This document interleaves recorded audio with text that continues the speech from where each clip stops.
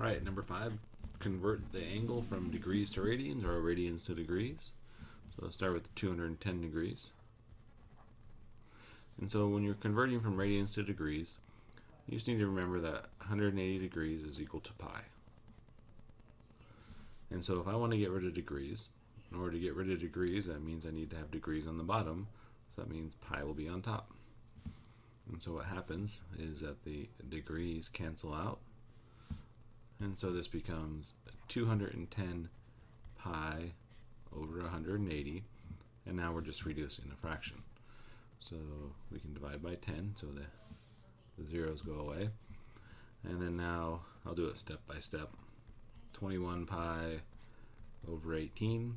We want to look at 21 and 18, see if they have anything in common. The answer is yes, we can divide by 3. So divide top and bottom by 3. So we get 7 pi over 6.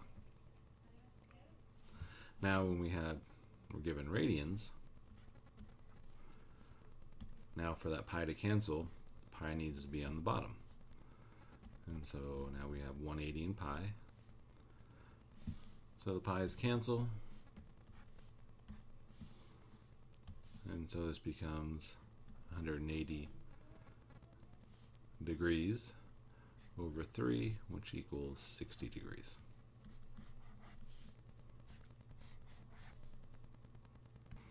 Alright, so now for number 6, we're going to use the unit circle to find the exact value of each trig function.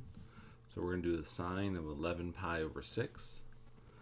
So 11 pi over 6 is going to be right here.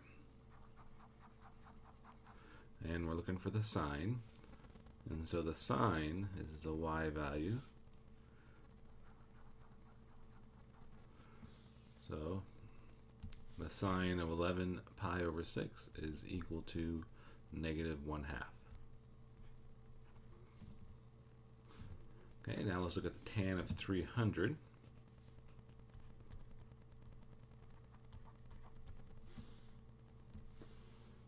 So the tan of 300 is going to be, so notice that they don't tell you what the tan is here. You just need to remember that the tan of theta is just going to be the sine of theta over the cosine of theta. So we're going to need both those numbers. So we're going to go negative rad 3 over 2 over 1/2.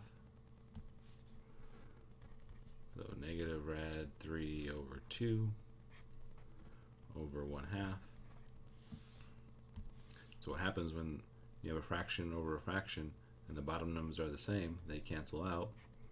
And so now it's just negative rad 3 over 1, which just becomes negative rad 3.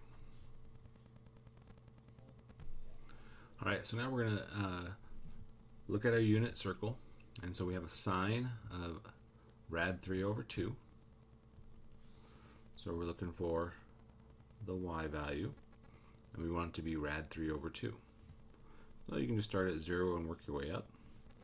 So here we have a rad 3 over 2. And you got to keep working around. Because there's a rad 3 over 2.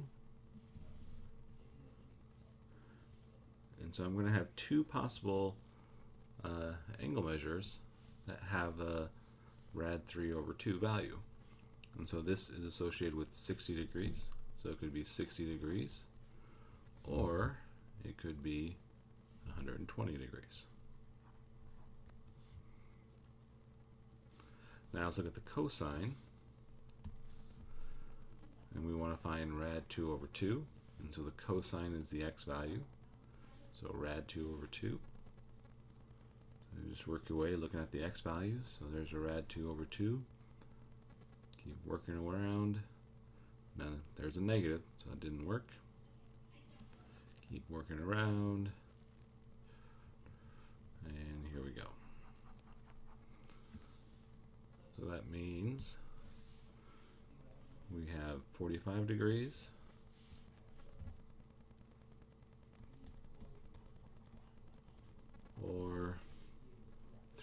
115 degrees.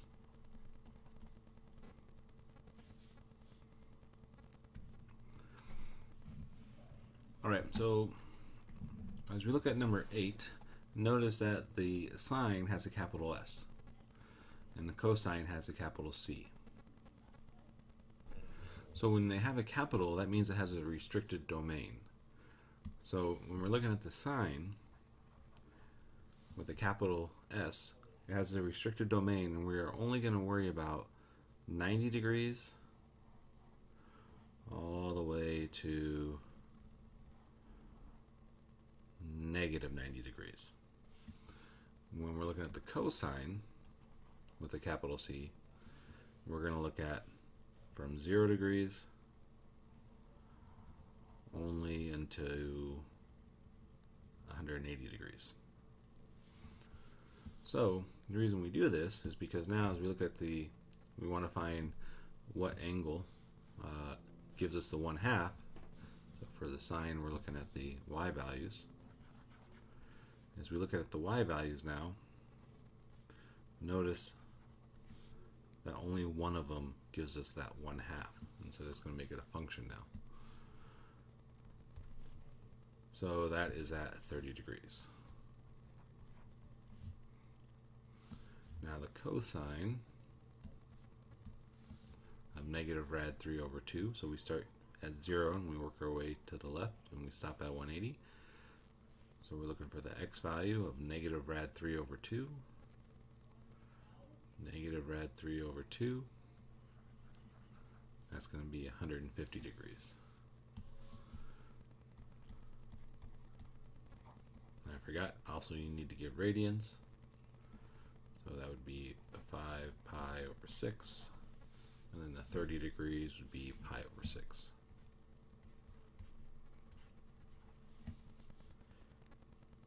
Alright, number 9, we're going to find the area. And so the area formula is just equal to 1/2 BC times the sine of A.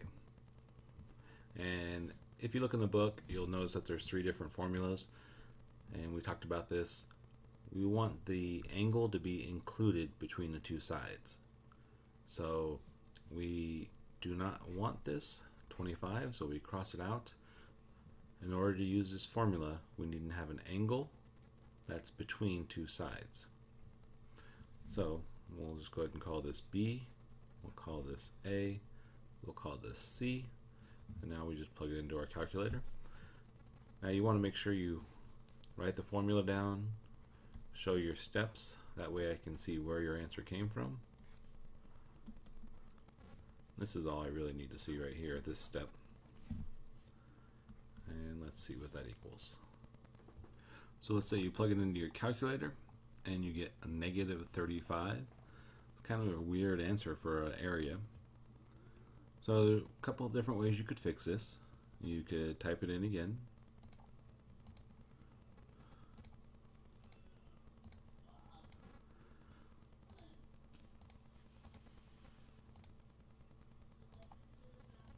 And when you type in the 123, if you want to tell the calculator that's in degrees, over here where you see the book, you can see that there's a degree symbol. So we want to hit the control button and then that book, and then these symbols pop up.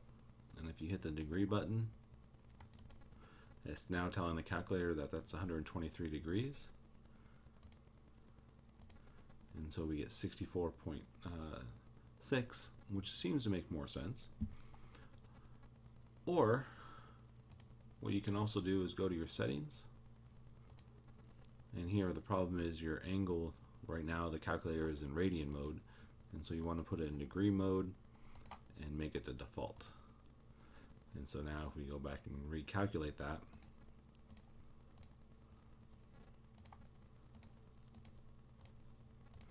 and this time don't put the degree symbol, it should work.